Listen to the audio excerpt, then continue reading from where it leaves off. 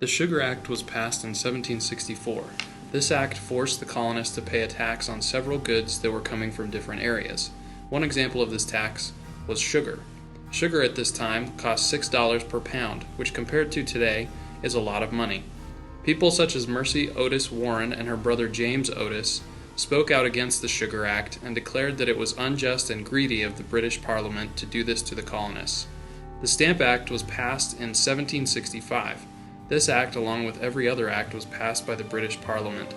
This tax pertained to almost everything written or printed on paper. These items had a special stamp on them to show the tax had been paid. Loyalists, or representatives for the colonies, tried to explain to Parliament that the Stamp Act was unfair because it didn't allow for colonists to have any say in the taxing. Many colonists boycotted paper goods or refused to buy anything with a stamp on it. Parliament eventually grew upset about the colonists' reaction to the Stamp Act and repealed the act or removed it. The Townshend Act was passed in 1767. This act was instated to raise money to pay salaries of Parliament governors and judges. A big reason Parliament passed this act was to show the colonists that they had power over them. In 1770, Parliament sent 9,000 British soldiers to the colonies to show they had authority over the colonists. In March 1770, the Boston Massacre occurred. When Parliament sent its 9,000 soldiers over to the colonists were upset and began to be angry with the soldiers.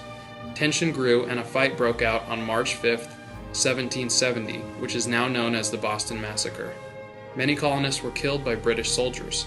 In 1773, Parliament instated the Tea Act. The Tea Act allowed a British company to sell tea in the colonies for a very low price.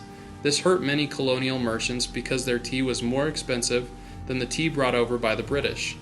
The Boston Tea Party occurred in December 1773.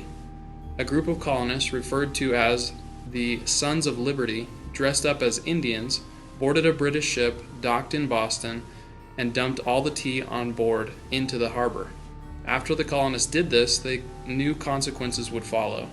The intolerable acts which were put in place following the Boston Tea Party were a culmination of punishments sent to the colonists from the British Parliament.